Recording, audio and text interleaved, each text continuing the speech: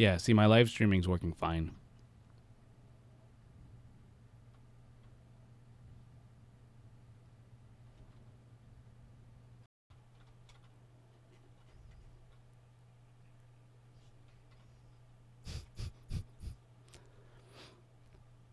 All right.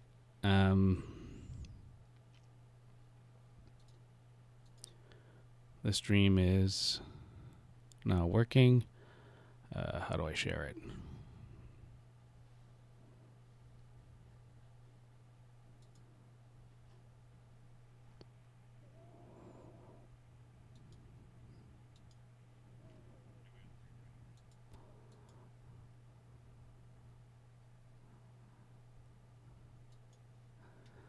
Let's see if I can find myself. If you go to my channel, can you see that I'm currently streaming?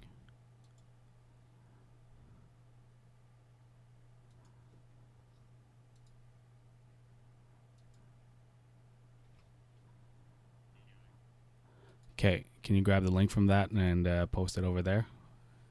And everywhere else where it's pertinent, please.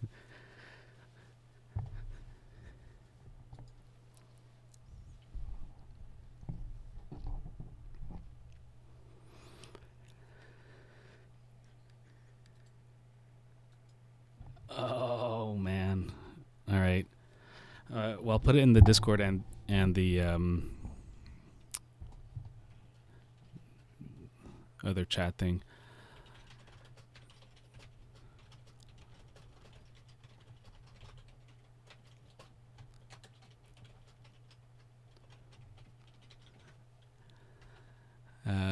Let's see if I can go see my own stream. Let's hope it doesn't do a huge feedback loop.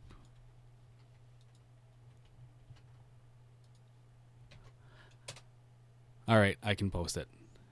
It doesn't block me.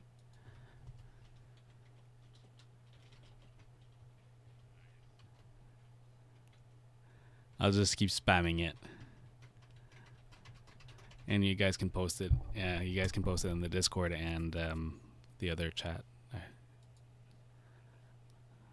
All right, perfect. Yeah, excellent. We'll give everyone a minute to come in because apparently testing twice today wasn't enough. Yeah, we'll just blame YouTube. Hey, Barnacles.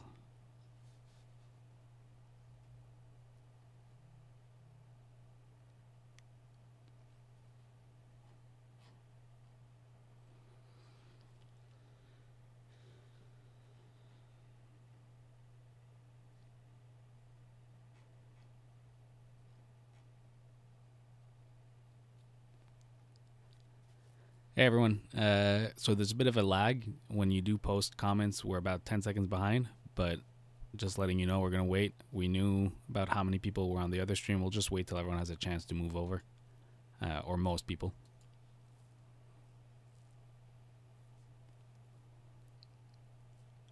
No, it's not the Crypto Coders channel. We'll get to that. I know it's a bit weird, but it's just the opportunity came up, and I thought it was a cool challenge, and so I took it on. So it's completely different than my regular type of content, but yeah, I'm really looking forward to this. No worry, tokens of appreciation. We're giving everyone a minute or two to move over. There's almost no one left on the old stream.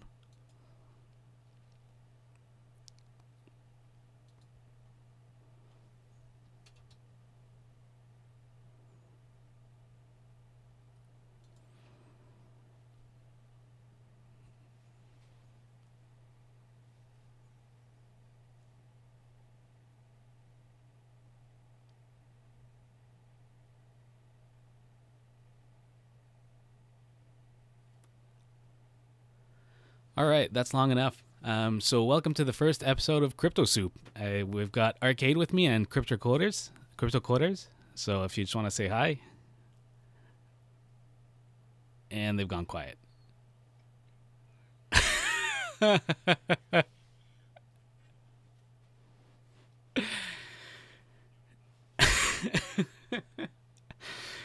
Oh, yeah. So, what we've all been waiting for. So tonight we're going to go through the white paper. The goal here is to kind of make it a bit easier. Not everyone's necessarily going to be able to go through 20 pages of this for one reason or another.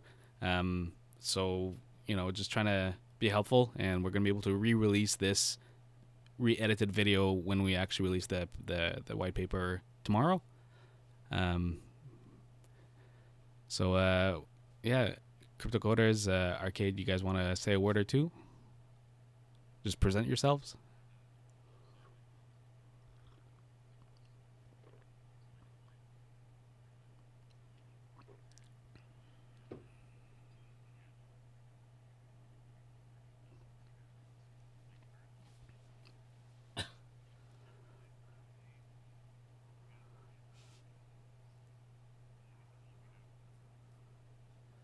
Okay, you guys have trouble. Okay, I'm gonna bring the.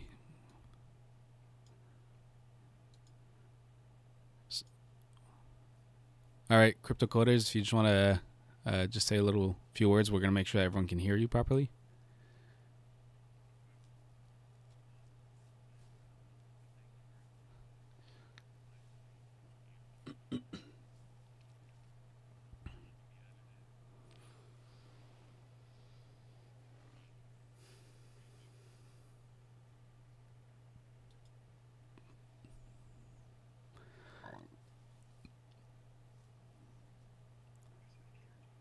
Yeah.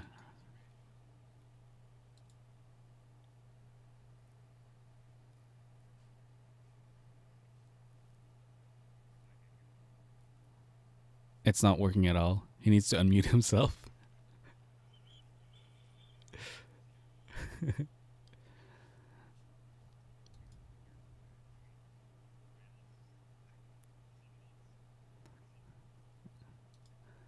Yeah. We can hear they exist. That's good enough.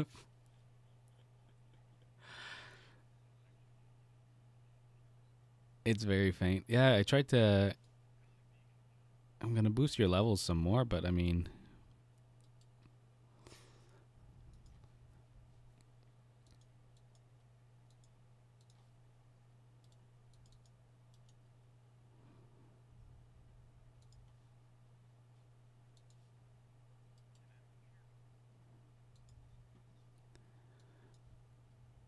Yeah, you guys are at the max on the volume mixer.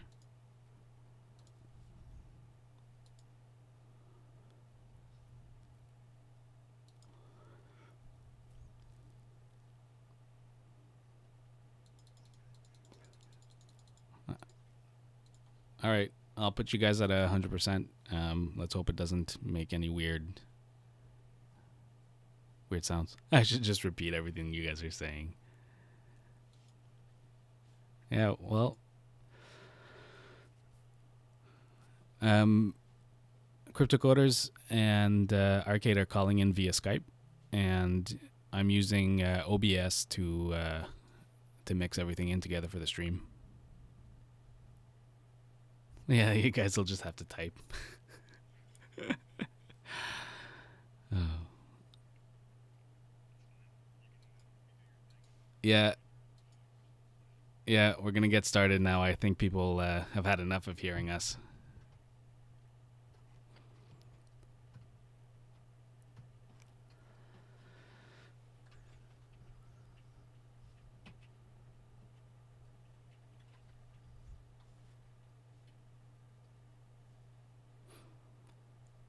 All right. I'm not going to take too much time to go through the table of contents because we're going to be going through the contents. So the topics are going to be the consensus rewarded mechanism, terminal velocity rate X, VRX, which is something that Crypto Coders team developed, the velocity blockchain constraint system, side chains and cross-chain interfacing, secure messaging, site on chain, which is I think what most people want to know the most about, lightweight mobile blockchain, chain apps, X nodes, which I think is the second most popular topic, and project roadmap, and the team structure and the disclosure. Oh, just so everyone knows, just make sure that you set your default, you change the default streaming to 720 or 1080 if you want to be able to read the text. When we tested it earlier today, anything below that was kind of blurry, but it is streaming at a level where it should be readable.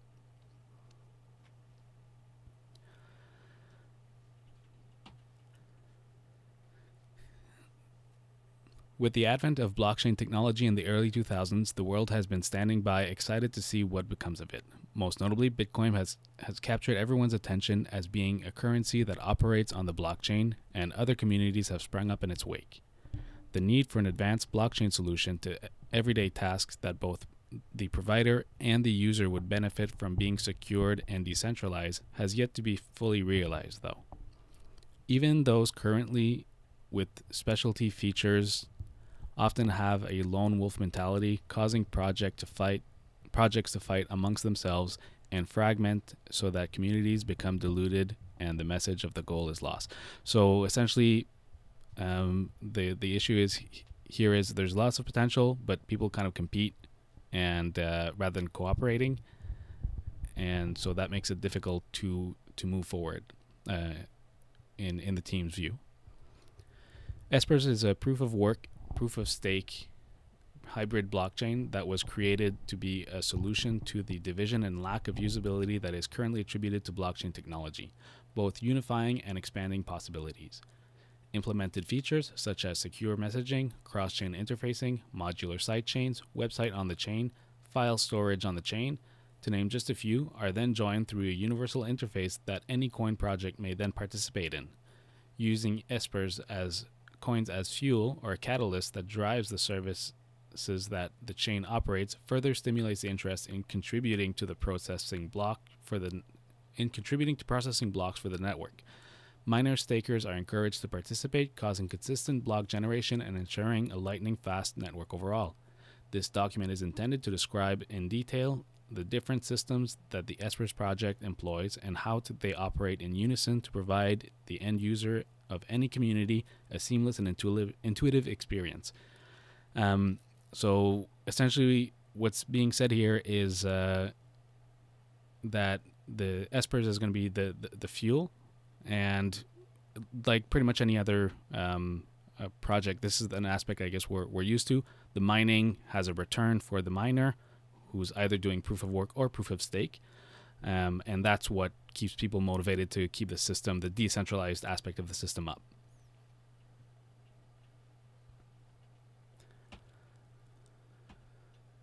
Current shortcomings.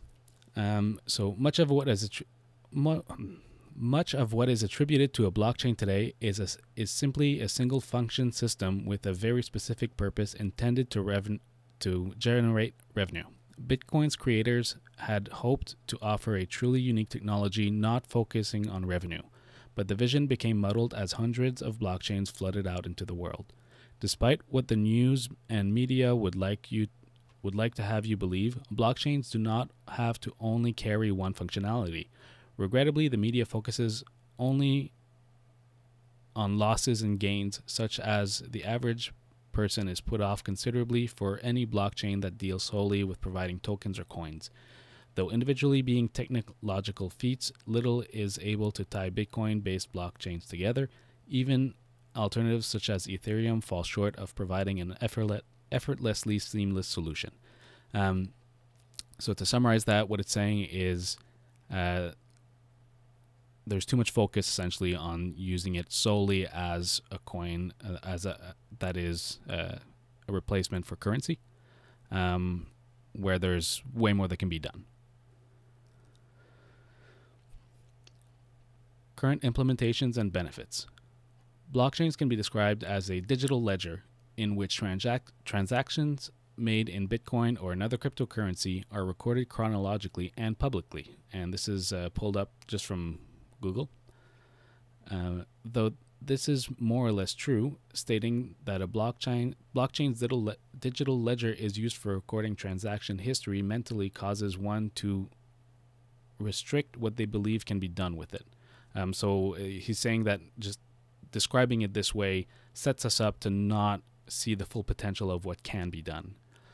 Primarily, blockchains are indeed used to widely distribute a decentralized ledger that stores recorded transaction data for the entire system, allowing anyone to be able to access their accounts and information securely.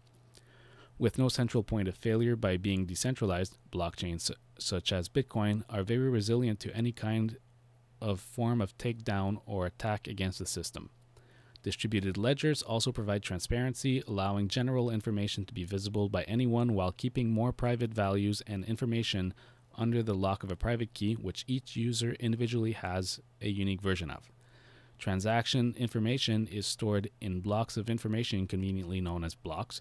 Blocks are generated by miners, people either mining or staking, which is a form of contributing resources in order to encrypt a block of information and pass it off to the network. As a blockchain generates blocks, it can also manipulate their size, easing the possibility to store different data types in large capacities that are then provided to end users. This negates the need to grow the blockchain unless required by the chain parameters. When put together, a blockchain is a very capable system in terms of coins, but its versatility doesn't end there.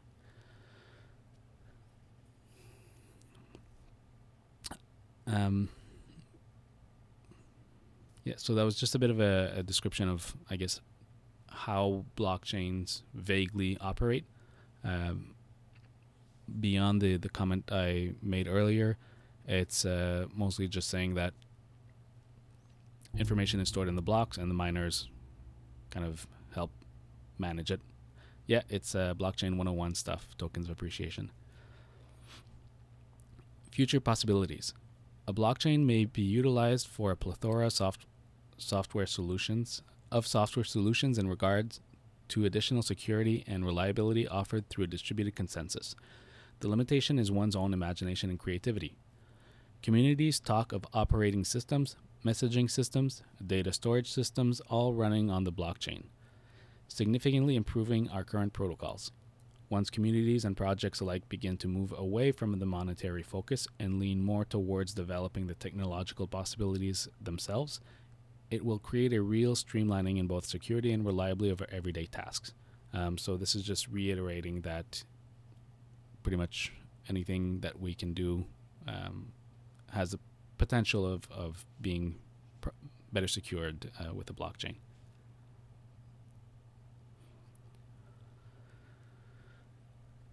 Espers uses a proof-of-work, proof-of-stake hybrid blockchain which directly affects how the system handles block production and stimulates interest in doing so. Proof-of-work is often the most notable consensus method, as it's also the most commonly used amongst blockchain projects since its use in Bitcoin. Proof-of-work functions by having participants contribute computing power in a form known as a hash or hashing, in reference to hashing a block of the blockchain. Participants are rewarded for correctly submitted blocks that are accepted by the blockchain network and then confirmed as the block ages, ensuring subsequent generation mining of future blocks by keeping participants interested. Furthermore, multiple participants typically pool together their resources by using a mining pool, as opposed to normally competing against each other,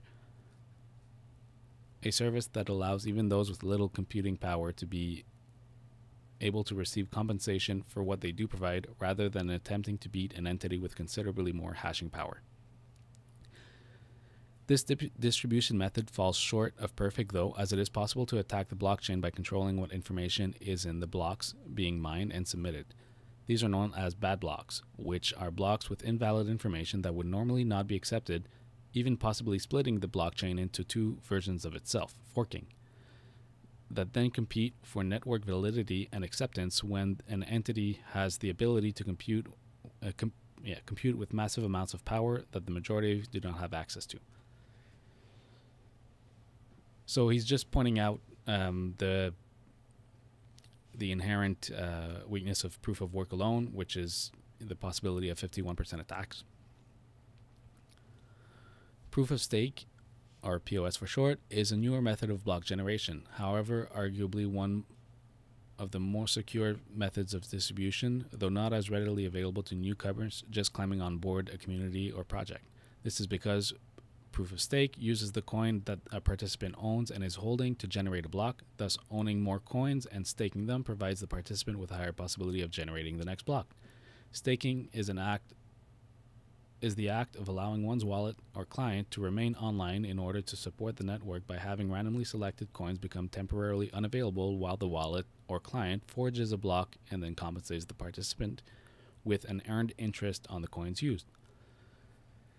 The longer one has owned their coins, the more weight they accumulate and the higher their chances of forging the next block. Once the block is found, the coin's weight is reset to allow for other participants a chance of also mining a block. This method is considered more secure as, if properly distributed, the participants will invalidate almost any form of attack that abuses hashing power in order to gain control of a blockchain. However, one must first obtain coins in order to stake, which, depending on their worth, can be costly and overall deterrent to the project if it's the only method available.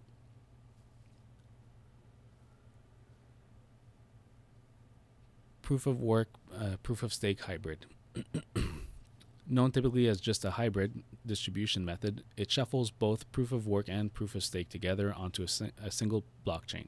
Hybrid systems are still relatively new, as few blockchains employ a robust enough difficulty algorithm which adjusts the span between generated blocks for either proof of work or proof of stake, and in this case both in unison.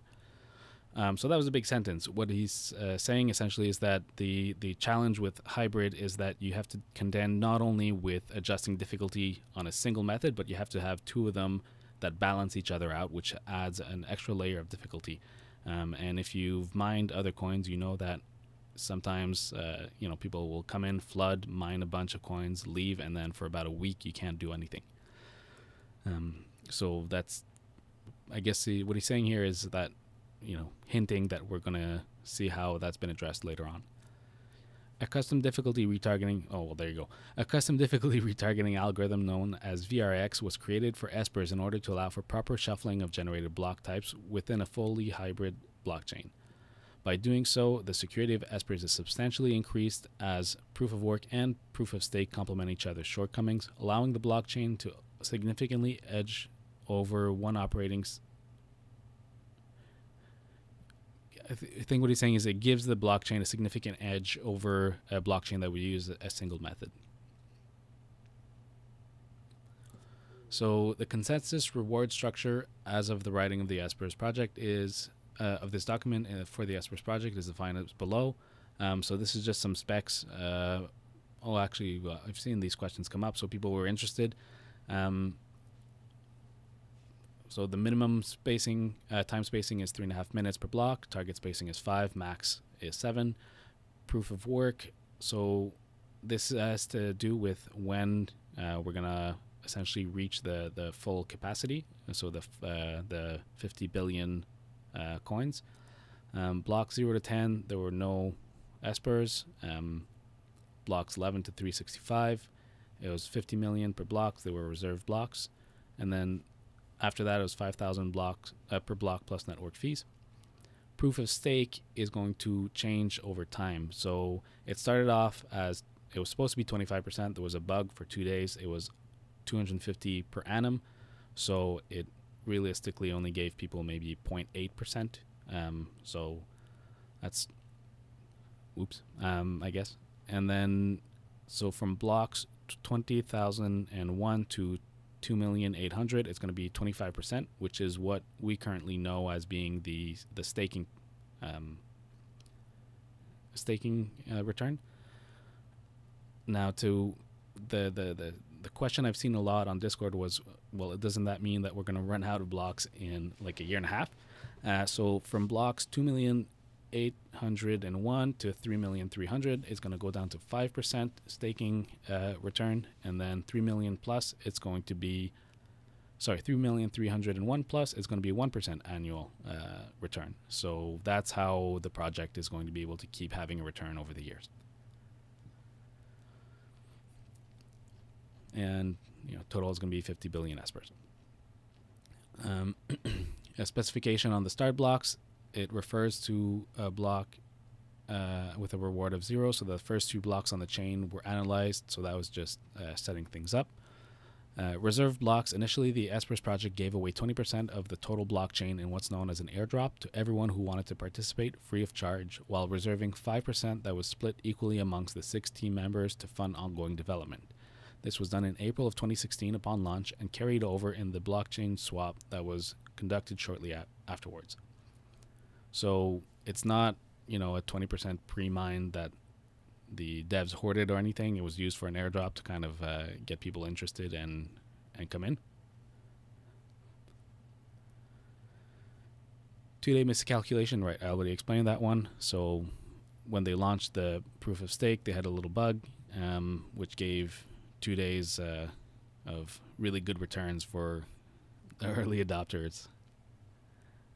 Scale down phase 1. Once the standard proof of stake reward phase ends, after approximately 48 billion Espers have been generated. Okay, so that's what I was wondering. So that 2,800,000 represents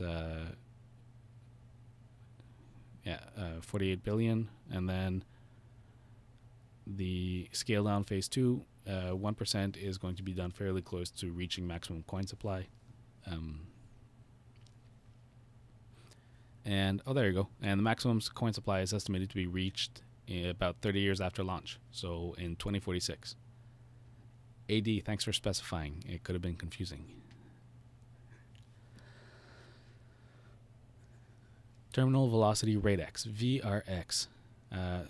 VRX, or Terminal Velocity Rate X, is a blockchain difficulty retarget system that, using several blocks depth scan, quickly adapts to the implemented blockchain or altcoins mining or staking difficulty levels to ensure a narrow window around the desired block time, allowing, of course, for some inconsistencies in block spacing due to significant increases or decreases in hash rate or staking, depending on whether the blockchain is proof of work based or proof of stake or hybrid.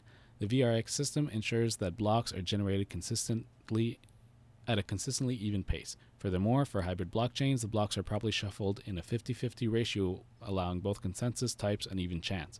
So what it's saying is they're using VRX. It's supposed to be really good at keeping things spaced. We'll see why below. And on top of that, it also makes sure that staking and mining always get a fair split. Simply put, VRX indexes a previous set amount of blocks. Typical reference implementation are set to the previous 6 blocks, and then compares each of them against one another in relation to their block times, thus determining a set spacing between those blocks. So it's just saying that it's doing pairwise comparisons. So for the last 6 blocks, it looks at the time difference between each pair of blocks. The system then takes the determined block spacing and compares it against the desired block spacing in what is called a check round. So the check round is similar to other retarget systems available, but adjusts on a different curve which adapts quickly to large changes in the hash rate of the blockchain, also making sure not to adjust too much so as to not stall the blockchain. There is 1 check round per pair of blocks indexed, so using a 6 block count index depth, VRX will yield 5 check rounds. So it's the difficulty is averaged on the last 5 blocks, essentially. After VRX runs through its checks, it then determines whether it should change the difficulty either up or down, depending on whether the desired block time was overshot or rushed, the severity of which is limited to a maximum of doubling the previous block difficulty or halving it. Finally, an average is calculated between the different pairs of difficulty changes so that the most logical change in difficulty occurs that best suit the blockchain and is then logged by the Espers system. Please refer to the function diagram in the next page that depicts the actual function. So I think I'd already pretty much summarized that. It's just saying that it uses a rolling average as it moves forward in time.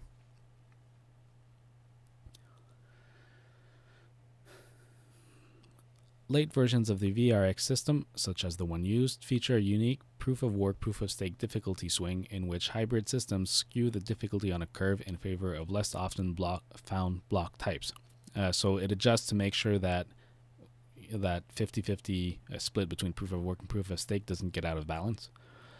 Doing so ensures that neither one block can win over the other, and that both miners and stakers can equally benefit the blockchain equally.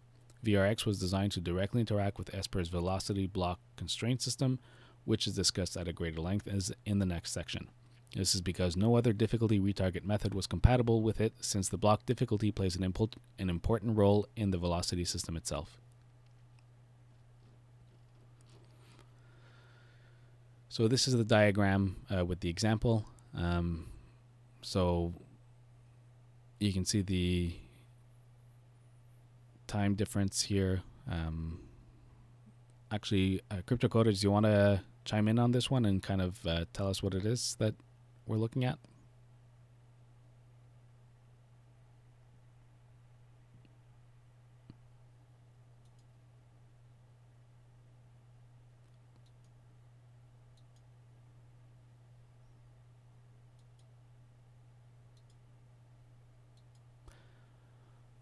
Guess not. Must have gotten distracted. Yeah, that could be it.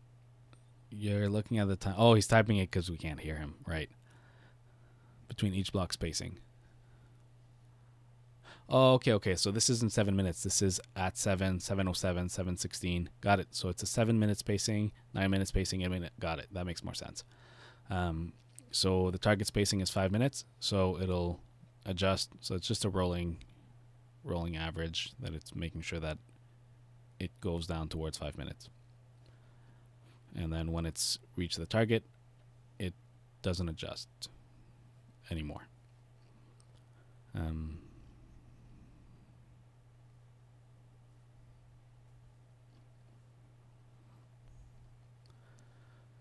Overall feature functionality. So this is the Velocity blockchain constraint system. Velocity is a rewritten feature originally found in Frycoin, a now ancient Bitcoin-based altcoin.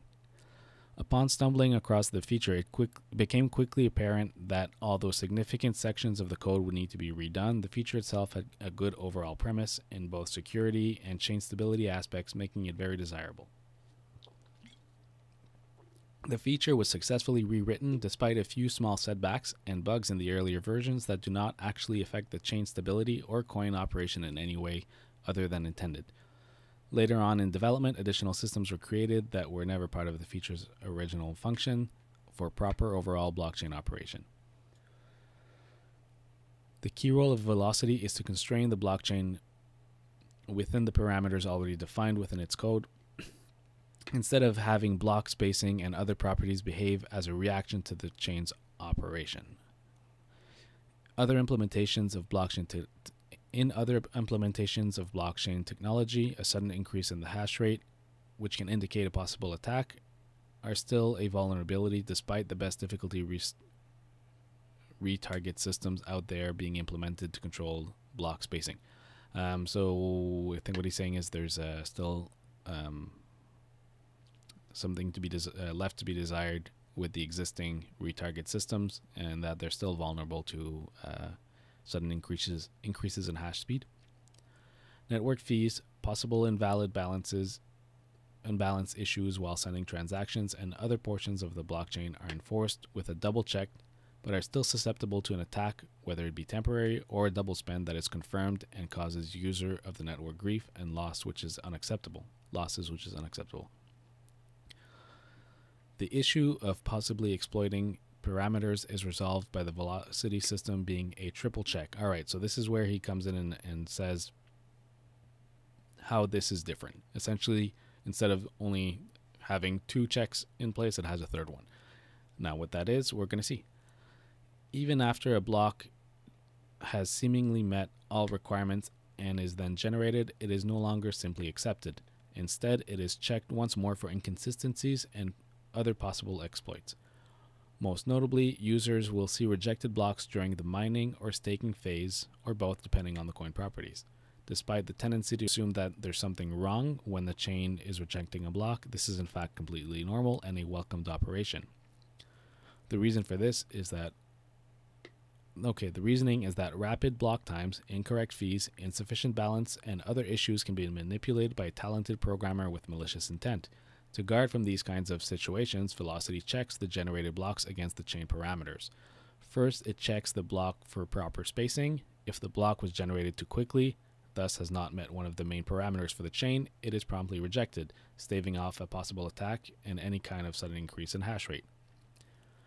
The next step verifies that previously the client that sent a transaction, if it had sent one on the previous block, sent a valid transaction by comparing previous balance versus current balance along with fees paid. So it essentially checks that the numbers add up between blocks. That if a balance was transferred, that it actually if you send 10, you now have 10 minus the fees missing, not less or more.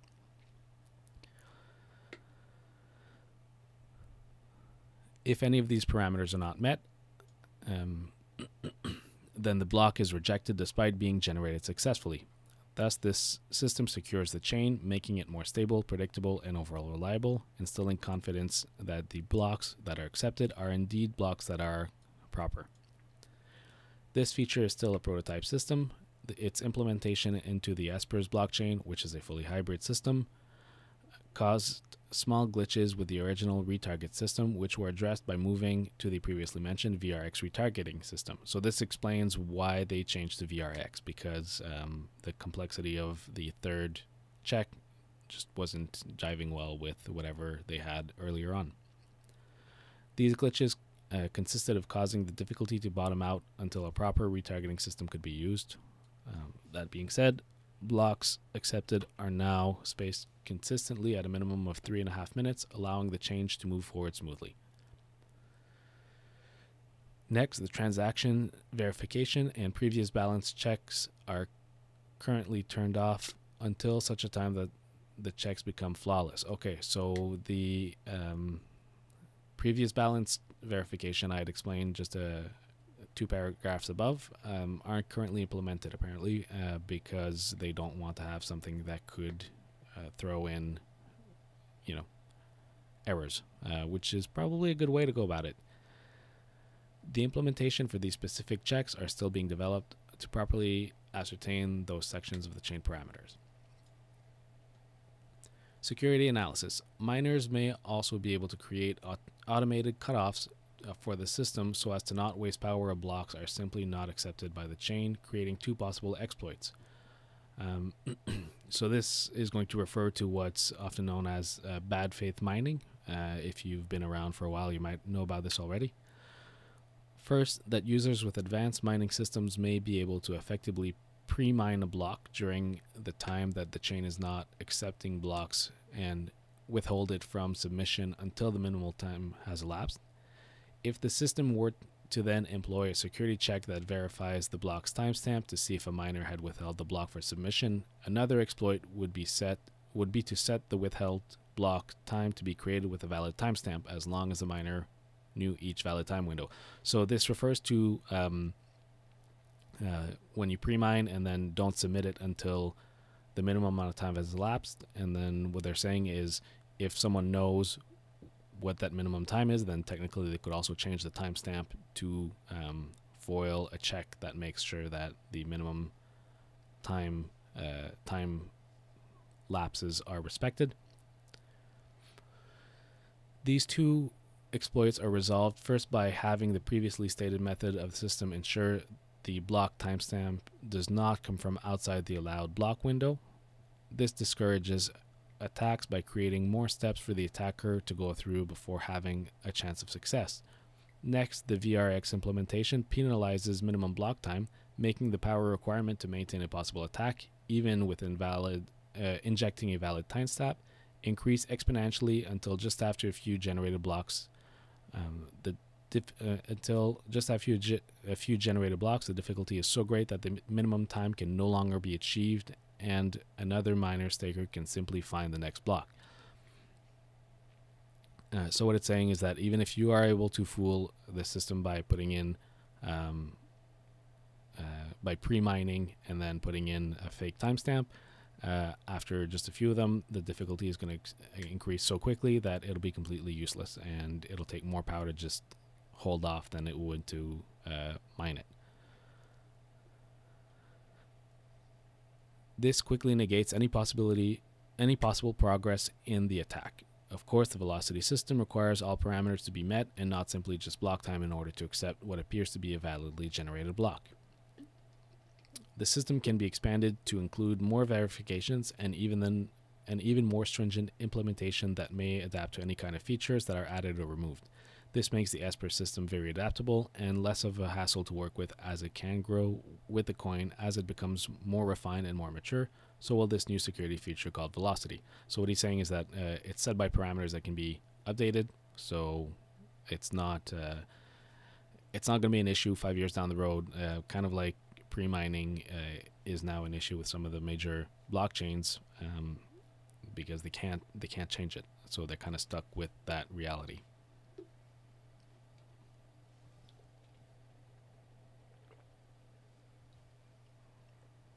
Sidechains and cross-chain interfacing. While a single blockchain is quite capable of processing large amounts of information, newer methods have arisen where a blockchain system will use smaller blockchains that are reliant on the parent chain that created it, known as sidechains, in order to simultaneously process more data while alleviating network load from any particular chain. Some approaches require the main chain to interface with the sidechains directly, having the sidechain fully reliant on the main chain. So I think here we're thinking of Ethereum. Espers' approach is to have the sidechains remain capable of functioning completely independently. The sidechains, once created, continue to function without the requirement of the Espers chain existing. Using a cross-chain interface to transmit data from one blockchain to another will allow for each chain to be able to share workloads while remaining completely independent. This independence means that regardless of any failure or issue with a given chain, the rest of the network will remain intact and operational instead of suffering a complete collapse. Employing this system even makes it possible to interface with other projects and communities entirely, allowing multiple projects to tie in together, and benefit one another if the communities choose to do so. So what he's saying is that the sidechains are going to be completely independent. They do communicate together, but they're not codependent in the way that tokens are with the Ethereum blockchain, for example. For example, if a project which is capable of encrypted messaging and coin distribution processes only transaction data for a coin within blockchain A, while processing only message text data within blockchain B, each blockchain only has to process their respective service. So blockchain A will only take care of coin transactions and blockchain B only of the text data. Using cross-chain interfacing, products can share data amongst each other, providing end users with a fluid and intuitive system that is fast, secure, reliable. To elaborate on this example, if blockchain A was hypothetically compromised, blockchain B remains functional and its services will continue to operate. So this is the independence. Allowing users to keep using services that they need even if one or more elements may no longer be accessible. This type of system also makes it easier for a blockchain project to break free from only being able to offer a single type of service. So it makes it a lot easier to grow because you don't need to constantly try to modify something that wasn't meant to handle service X. You just create it on the side properly from scratch and incorporate it with your prior projects. So referring to figure A for visual illustration of the proposed system.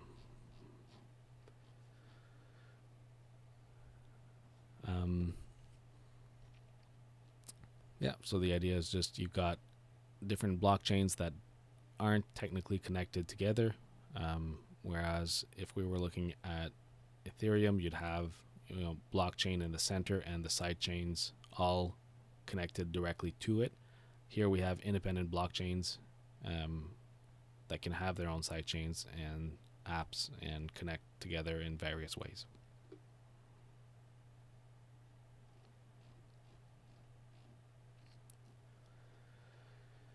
Secure messaging. There have actually been several different attempts to implement secure messaging into blockchain projects. Regrettably, few, if any, actually use the chain's algorithm in order to encrypt the message. To ensure speedy delivery, the message doesn't actually affix itself to the blockchain, but rather to a private key where the message contents are sent from which they can be read, allowing for very fast relay of messages without the need to add load to the blockchain network is a clever solution. However, a proper implementation of secure messaging would need to broadcast the message across nodes through the blockchain itself, just as mined blocks would normally do. By storing raw text on a block, similar to how Bitcoin's Genesis blocks contain the text headlines of a news article title, the messages can then be more secure than just being encrypted and sent to the recipient. This is due not only to encrypting the message through an encryption algorithm, but also by being able to confirm that the message received is indeed valid, allowing the message to confirm its validity in the same manner that a transaction confirms its validity within the blockchain, ensures that messages received and sent contain only what they were intended to contain. Falsified or even spam messages are significantly reduced or even nullified entirely in some cases. So what he's saying here is by having the message on the blockchain rather than on the side chain where the token acts simply as a key to open the message, to decrypt the message, if you are sending the key to the message but the message is on the side, it's technically not secured by the network itself. It could be altered or whatnot. So the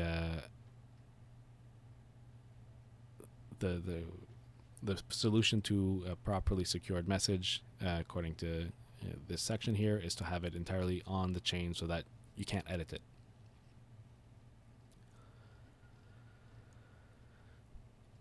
While the content of the message remains private, for transparency reasons, the blockchain still reports when a message is sent and to what public key.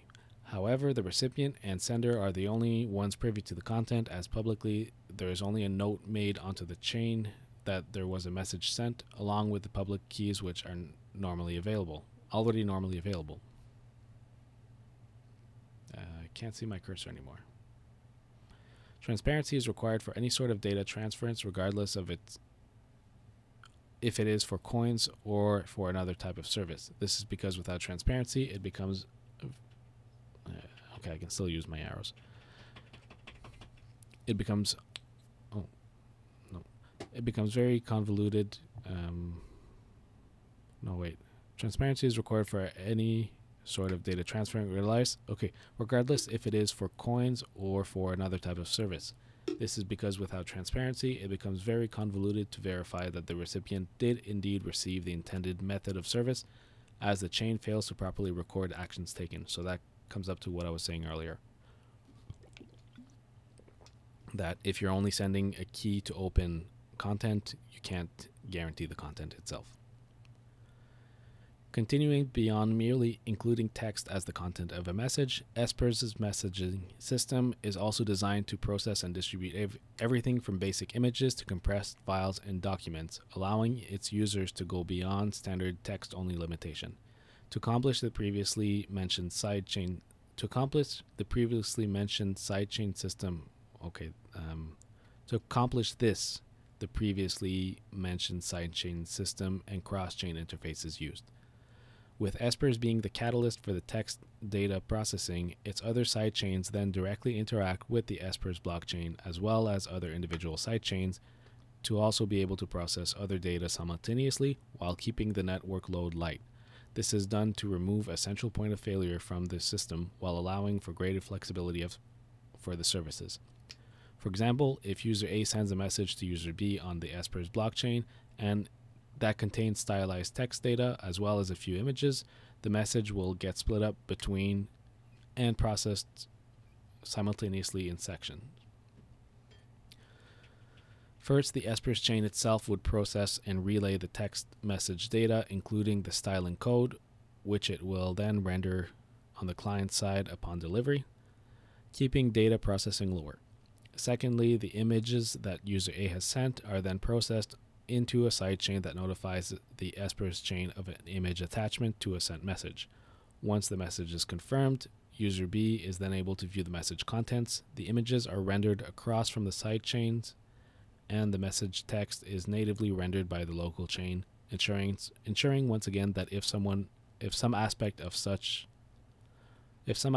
as the image sidechain failed, the message would still be delivered regardless of the state of the rest of the network. That was a mouthful. Essentially, it said that different elements get split up and then they're rendered natively at the recipient's side. It'll go and fetch the different parts of the content from the different chains. The opposite is also true. If the chain processing text incurred an issue, then the chain processing images would still relay and deliver the images to user B though the text would not be visible.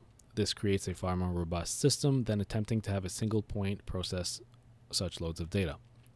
Going beyond the Espers chain, using chain interfacing, the system is also able to interact directly with other projects and their communities, uniting them by allowing users from one community to directly interact with the other. If two users of participating blockchains so desired, they are able to send messages from their local wallet client to the other user's wallet or client, regardless of if it is the same chain, community, or project. This shatters the separation between communities and allows for a higher possibility of real use from the systems that are currently out there and still being created. Each chain processes messages with a fee paid to their respective networks, keeping their communities interested in processing blocks. So essentially what it's saying there is that we don't need to get everyone to move to a single common network. Everyone can keep doing their own thing, and we can harness existing blockchains and their respective networks to distribute common services. A key benefit is how this impacts the goal of the Esper system. Individual entities such as companies are able to conveniently and effectively run standalone blockchains for their own needs, such as intercompany messaging and data processing that the entity requires to be kept secured and or encrypted. This cross-chain communication allows for interaction with another department or an entirely different entity while retaining the privacy and individual security of their service, is what's implied here. So, and this is really interesting because it touches into corporate services. So yeah, tokens of appreciation site on chain next. Yeah, it's coming. Don't worry. Oh yeah, you can see it at the bottom. So I honestly find, as much as I find a lot of this exciting, I found that the corporate aspect was really exciting because a lot of this is either focused only on user services or only on corporate services, whereas this clearly demonstrate, a use case for both. Site on chain. First, the hosting party uploads their website through the Espers client, which promptly converts the file into raw code and stores it within indexed blocks on the blockchain. Individual sidechains are used to store each type of information so that code types, images, videos, and other data does not saturate any given chain.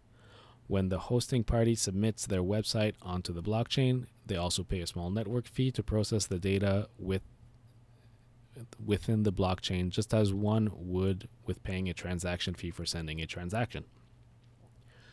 The fee is of a nominal amount and is simply there in order to retain reasonable compensation for any miner or staker that might have processed the block.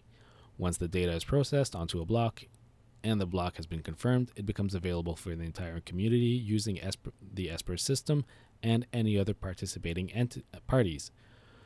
When browsing for websites, the Esper's client queries each chain for its predetermined data type and renders it live on the client side for the user to interact with. This means that any type of web browsing is always session-based and not visible by another entity or third party. You never have a web page actually being sent. You have little parts being sent from different chains. So that's where the privacy element comes in. Any information processed between the website and the user is then also secured along with all information viewed by the user, with the chain reporting access and other usage variables to be stored for analytical purposes. By doing so, a web browsing service such as Google could submit their very own browser that would then crawl the chain for websites that were hosted on it, in a sense offering no transitional difference between our current internet system and what can effectively be called the Internet 3.0, all while maintaining a secure, intuitive, and fluid experience. So what it's saying here is essentially that people won't I missed a bit, oops. People won't notice that they are going between regular websites or blockchain Espers websites if they're using a browser that allows both services. By using the cross-chain interface system, Espers can be bridged with future like-minded projects so that instead of creating division, a user could browse websites stored within another project system entirely from the Espers client and blockchain system while effectively remaining completely independent so as to not incur risk from unrelated projects. The unrelated projects chains failure affecting the user's currently used system. All right, there's another mouthful. So what it's saying essentially is that other projects can come in and offer competing services that are potentially identical, but you don't need to actually move over to their service to use their content. So you can essentially look at the websites from different blockchains, regardless of whether or not you are using that specific blockchain.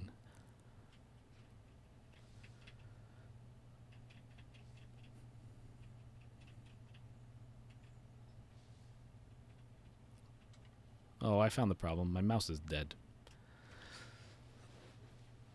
Give me a second, I'll just plug it in.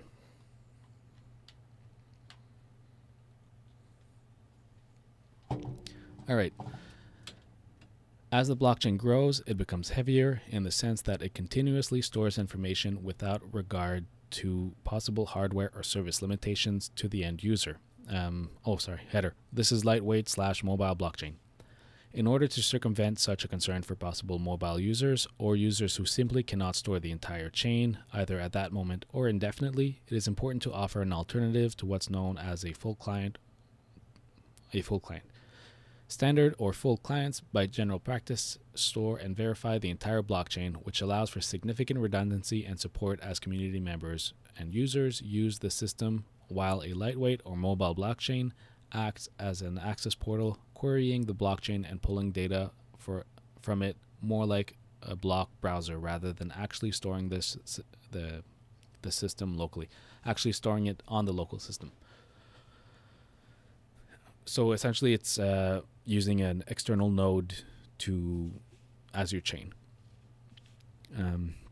By not storing the majority of files locally, the Esper system can more readily be used in full scale on a mobile device by a user with limited network and storage capacities. Though much of what makes the system lightweight is simply crawling the blockchain, it also, of course, has the capacity to submit data to the blockchain to be processed in the upcoming block with or without synchronizing the blockchain. So essentially it's saying that it has the full features even though it doesn't have to store the blockchain locally. Every system should allow for customization by the user that is using it, and as such, the lightweight or mobile blockchain is also capable of synchronizing either partially or wholly. If the option is selected, the system will synchronize from the last checkpoint and assume that the previous transactions reported by the chains hosted by nodes are valid. Oh, the stream just broke. No, it's back. That was weird.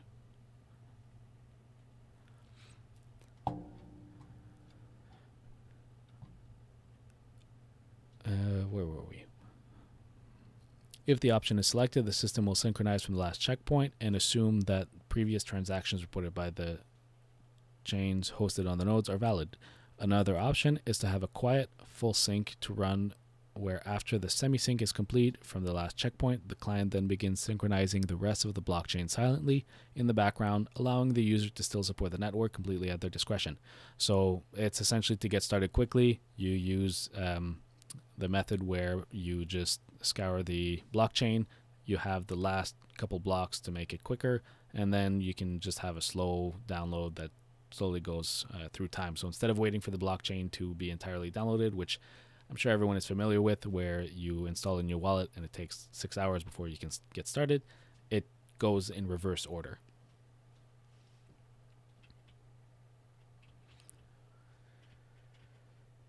Chain apps.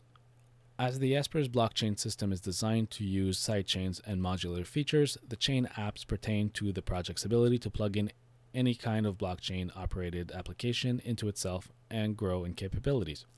Some of the chain apps come from X nodes, voted features, discussed further in the next section, while others are from third parties verified prior to implementation into the system.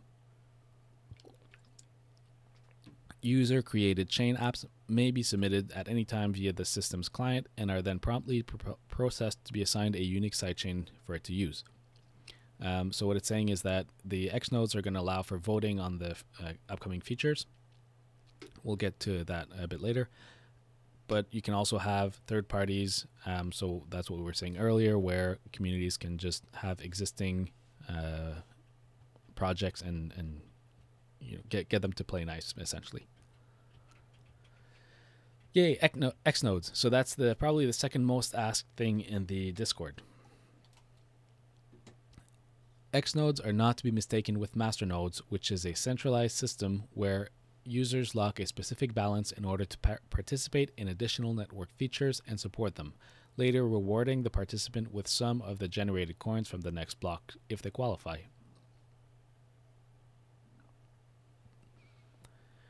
Instead, X nodes are completely opt-in, meaning that any community member may participate in the system regardless of their current balance or previous experience. This ensures that the decentralization aspect of the Espers project and blockchain in general is not lost, once again strengthening the overall network. So what I understand from this, and correct me if I'm wrong, but essentially it's a fully scaling system. If you can only participate so much, then that's what you provide. You don't need. So a lot of people were speculating that 25 million Espers needing to be locked in to do a master node and so on. From what I'm reading here is essentially it doesn't matter how much you have. You just sorry, I'm just laughing at CryptoCoder's comment at Yekos, having missed the boring intro stuff. So it's essentially X nodes are fully scalable master nodes. They can be as small or as big as you can make it, so everyone can pitch in. The way an X node functions is by having a participant register themselves on the network as an additional data processor, allowing them to store additional sidechains that are used to provide additional chain features. So you pick a feature, say space storage, and you register to be a processor of storage space, for example. Similarly to a master node, an X node requires a persistent internet connection and penalizes any participant that consistently disconnects to avoid inconsistent connections or any possible hang-ups in service provided to end users. The longer that a user participates in the system, the higher the chance become of being part of the compensated X nodes, which are automatically voted on by the network depending on reliability and data processed. I'm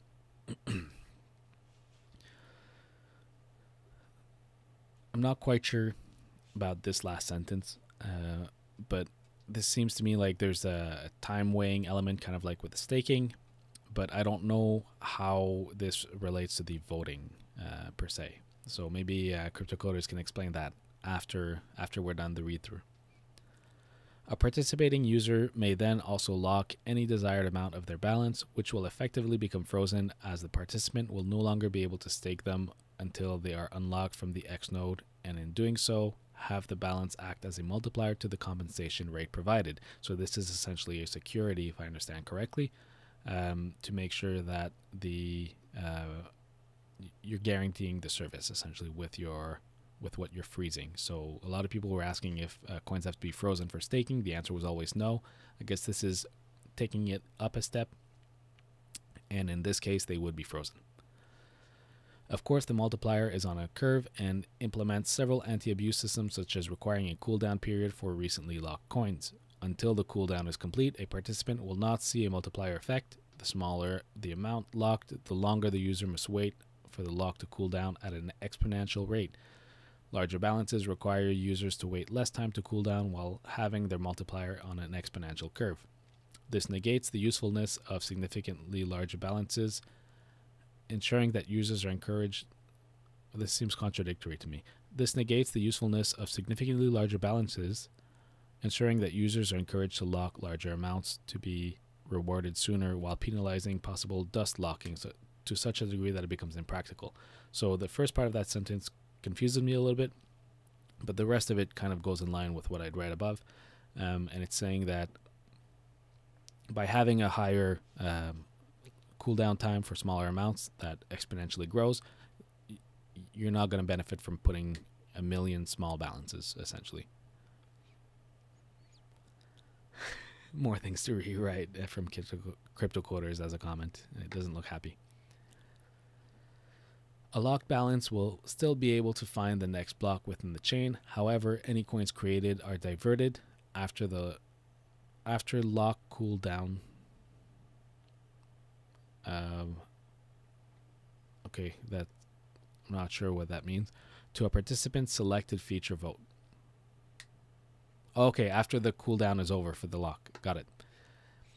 Voting on the network in this manner is crucial to establish rapid feature development by the project team and raises community support. Participants may also choose simply not to vote. However, the multiplier aspect again is penalized, as this creates a drop in support for new network features. So this is essentially the voting feature. If I understand correctly, you select a part of what's being rewarded will go to the people providing the Xnode service, and a part of it will go to pools to essentially pay for the development of features. Any participant may submit a request feature to be voted on by the network for future development. However, when the voting round ends, any feature voting that was not selected is pooled together and split in two sections that are then used independently. So whatever was voted on that gets selected, the funds get attributed to that. Whatever was voted on that does not get selected, we're going to see what happens to that. The first half is split into sections that are then trickled back into the network as fees paid, allowing miners and stakers alike to receive a slight bonus. Well, that's nice, until the balance runs out, while the second half is put towards the winning voted upon feature. That makes sense. Users may unlock their balance at any time while participating in the Xnode system, even if the balance has not completed the cooldown period, giving users complete control over their experience. So it's not fully locked, like I was understanding a bit earlier. Similarly, if a participant opts out at any given time, just like when they had opted in, the participant will incur another cooldown now between the deactivation and allowed reactivation time.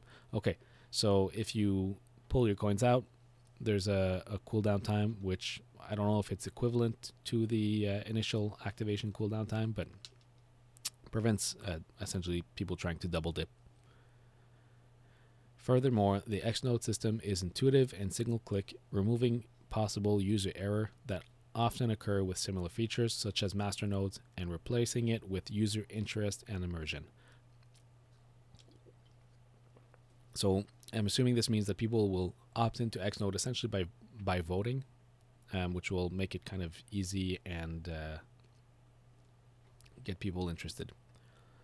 This also takes a considerable load away from support needs, network inconsistencies, and the overall hassle of operating or participating in the system. A nice little roadmap. I'm pretty sure everyone listening to this has gone over the roadmap a bajillion times. Essentially, we're at Q1 2018. What am I saying? White paper. Obviously, we're going to meet that target. Mobile wallet, we'll let crypto coders comment on that, and same with the lightweight client. Q4 2017 was website update, proof of work and proof of stake revise. I know that there is a revision to the proof of stake being rolled out soon. Wallet upgrade, yes, we know about that. That's why we have to update the wallet to 0.7. Both will be met, not just green. All right. And then marketing campaign, which is still active. Q2, oh, X nodes are coming quickly. I kind of stopped looking at this because it's, I don't know, I just focused on the now instead. But yeah, X nodes are coming up quickly. Side chains and mailing system, chain apps, cross chain, and side on chain. So people were asking why there are so many other chains on the CryptoCoders website, and someone was asking today, specifically on the Discord, you know, are they focusing on the single Espers project, or are they all over the map? And the response was, well, no, they're focusing on the Espers project, but this kind of also explains why there were so many other side projects. They weren't side projects per se; they were just other parts of the whole Espers ecosystem that's coming up. So, oh, disclaimer, this roadmap is for informational purposes only, not a binding document, a commitment. All right. Espers, meet our team. So we've got CryptoCoders, which is the lead project manager and developer. Arsenic, which is also with us today, is Arcade is with us today. Arsenic, which is the lead web developer, graphics designer. Bob, with lots of B's, project logistics. Monoxide, assistant project manager, public relations. CT Giant, assistant developer. Batista, project logistic. And finally, Arcade, public relations. He's also with us today. Disclosure. This white paper document is for informational purposes only and not a binding commitment. Do not rely on this information when interacting with Espers Coin, as ultimately the development and timing remains the sole discretion of the Espers CryptoCoders team. This means that if things are a little late, can't sue them. We, the Espers CryptoCoders team, intend in no way to harm of any kind to anyone in any shape or form. This means they're doing this in good faith. When things are late, it's not because it's, you know, a scam or anything like that. They're doing their best. They care, but they're only people, and there's only so much they can do. There has never been a crowd sale of coins, pre-sale, or any crowdfunding method used for Espers CryptoCoders project or its developers. Please understand the risks involved with cryptographic blockchains, respective coins. Espers CryptoCoders team is not held responsible for any lost, stolen, or otherwise missing funds of any kind. If you're unsure or have any doubts about this project, we urge you not to invest or become involved, as this prototype technology system has, as stated in numerous areas. This is a prototype technology system, as stated in numerous areas, and to be used at your own risk.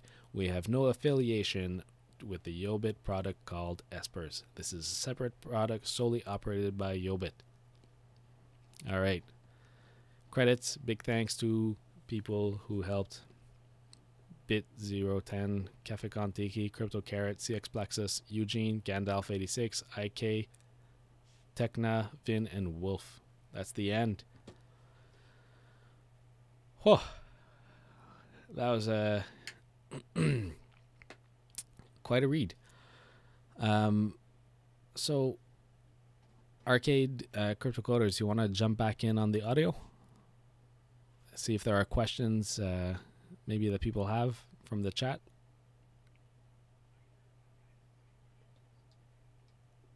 So this is the time for Q&A.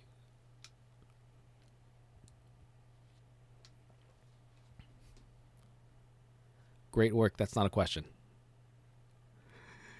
But thanks. Actually,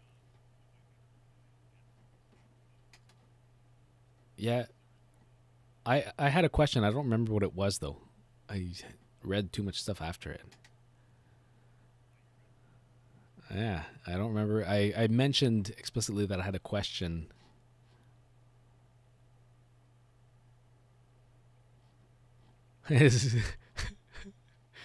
Yes, Andrew Hopkins, you can have a free X node.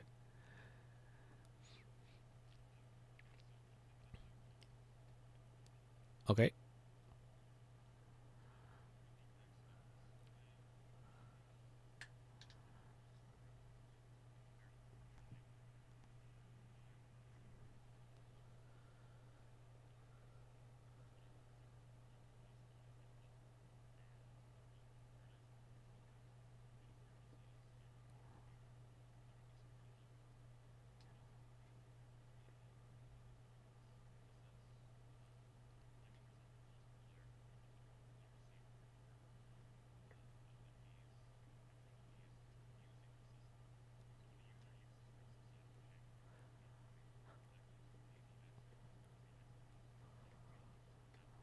All right, so I'll just reiterate because there had been people saying that the audio was a little low on your side. So what you're saying is you don't need any coins to activate an X node. You can participate and receive compensation from the X nodes even if you start with 0 Espers or whatever token you might be using in that case. The advantage of locking in is that it acts as kind of, I guess, a guarantee, but it gives a multiplier so that the reward is greater. But what does it give to lock it in to the user?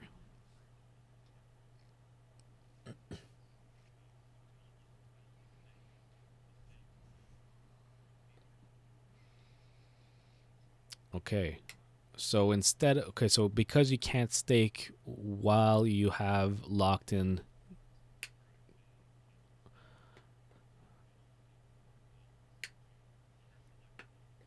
Okay, so the staking instead goes to the community, but then you get kind of credited back through the higher the higher proportion of fees that you're going to receive. All right.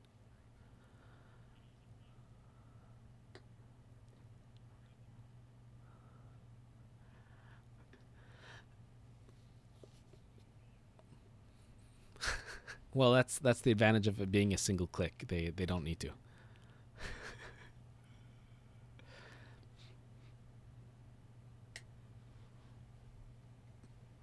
Can we donate some S to buy crypto coders a new mic? Yeah, there's a tipping feature on the Discord now. You can absolutely donate ESP directly to him to get him a new mic, and we'll make him promise that he's getting a mic with those Espers.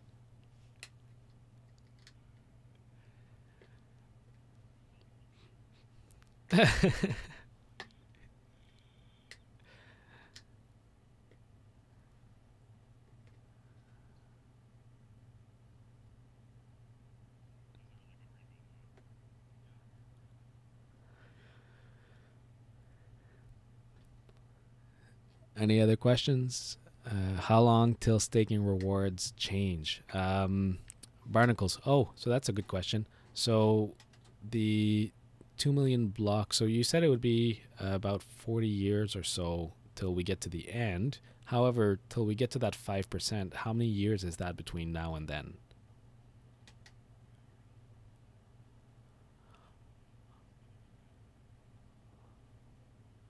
Okay.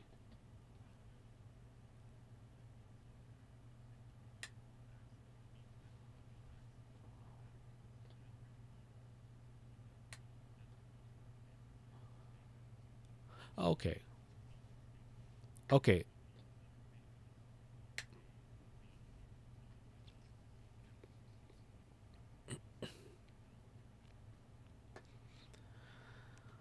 All right. So that's a pretty long mine out at 30 years.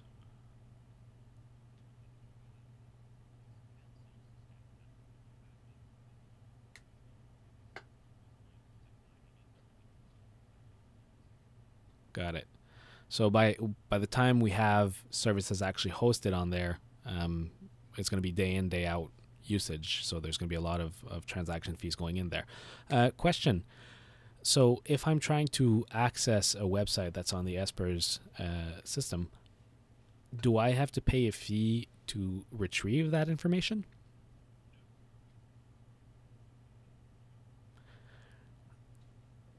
So what happens with really popular content?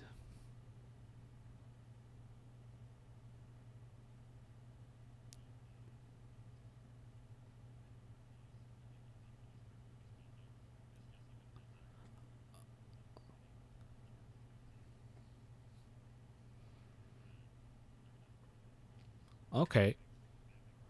So yeah, so it keeps kind of the existing.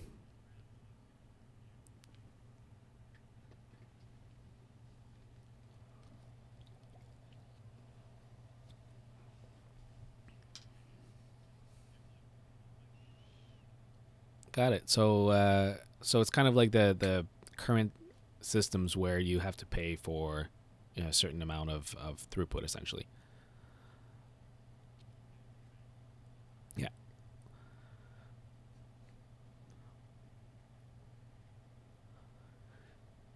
Olivier Pin. So percent wise, staking is roughly 25%. If you opt in, you don't get stakes. But what is the percent of rewards? So how are X nodes rewards calculated differently than the staking? I believe is what Olivier is asking.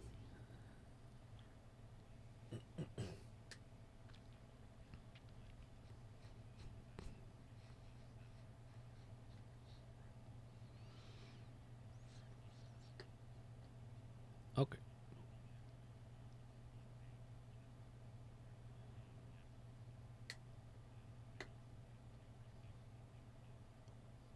Okay. So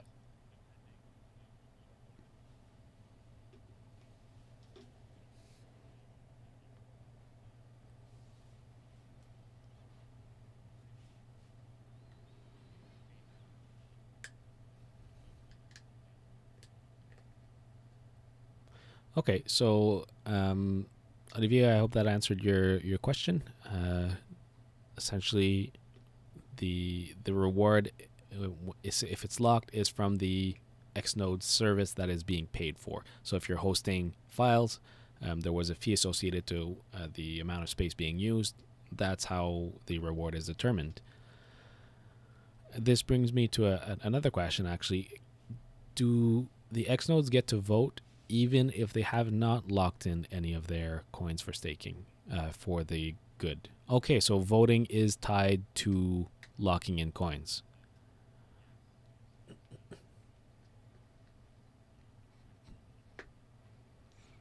Okay.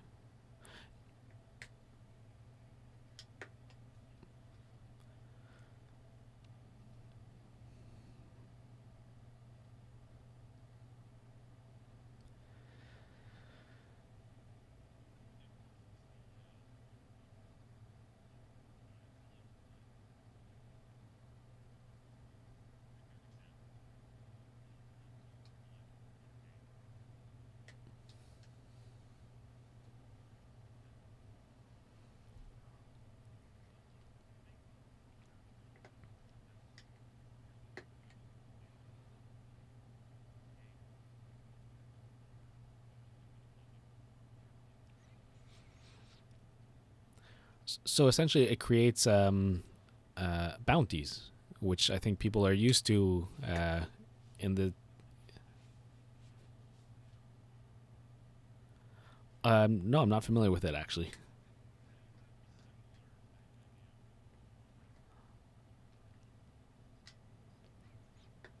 Cool. Essentially, so it essentially allows people to put their money where their mouth is, vote with their wallets, so to speak.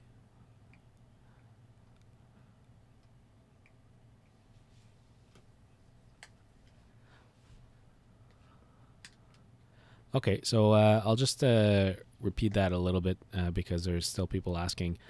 So what CC was saying is essentially the voting system requires coins to have been locked in. You can't vote if you host an X node with no locked in coins. But the goal is to be able to essentially create bounties for people to be able to create features that are being requested by the community. And he was equating it to, he was saying it's kind of similar to what Dash uses, except that it's, I guess, more comprehensive. It's more flexible, and decentralized. So how long will we get? Danielle, that was, believe, for about 25 years was the answer, if I'm not mistaken. Yeah.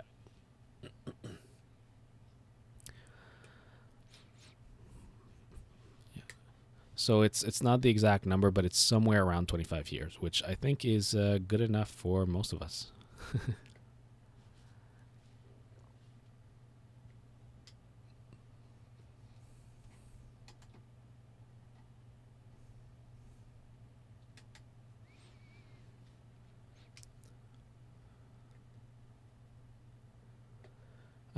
So I will remaster this video, take out some of the awkward pauses, and make sure that Crypto Coders' voice is able to be heard.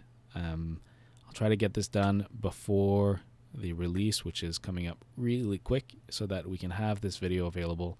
I hope it was helpful in allowing people to better understand the content, especially if English is not your first language. I hope that the supplementary explanations helped. If not, well, I don't know why you're still listening.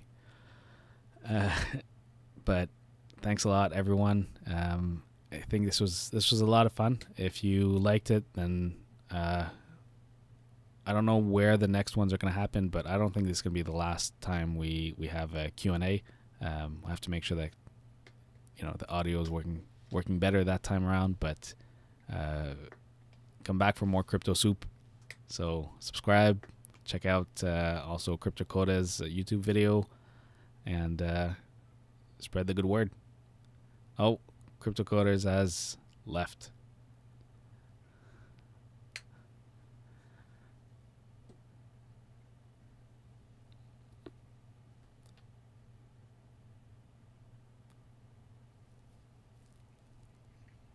Yeah, I'm just waiting about 30 seconds before closing the feed, just because otherwise it can cut off the end of the recording. So